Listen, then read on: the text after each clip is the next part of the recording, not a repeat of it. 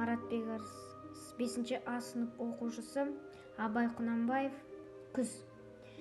Сұр бұлт түсі суық қаптайды аспан, күз болып дымқыл тұман жерді басқан. Білмеймін тойғаныма, тоңғаныма, жылқы ойнап, бие қашқан, тай жарысқан. Жасыл шөп, бәйшешек жоқ бұрынғыдай, жастар күлмес, жүгірмес бала шулай. Қайыршы шал кемпірдей түсі кетіп, жапырағынан айырылған ағаш қурай. Қастырына қатарланып қайтса бермен, астында ақ шомшы жүр ол бір керуен. Қай ауылды көрсеңде жабыраңқы, күлкі ойын көрінбейді сейіл серуен.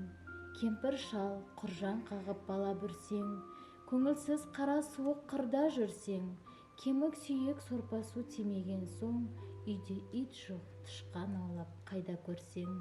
Күзеу тозған, оты жоқ елдің маңы, тұман болар жел соқса шаң тозаңы.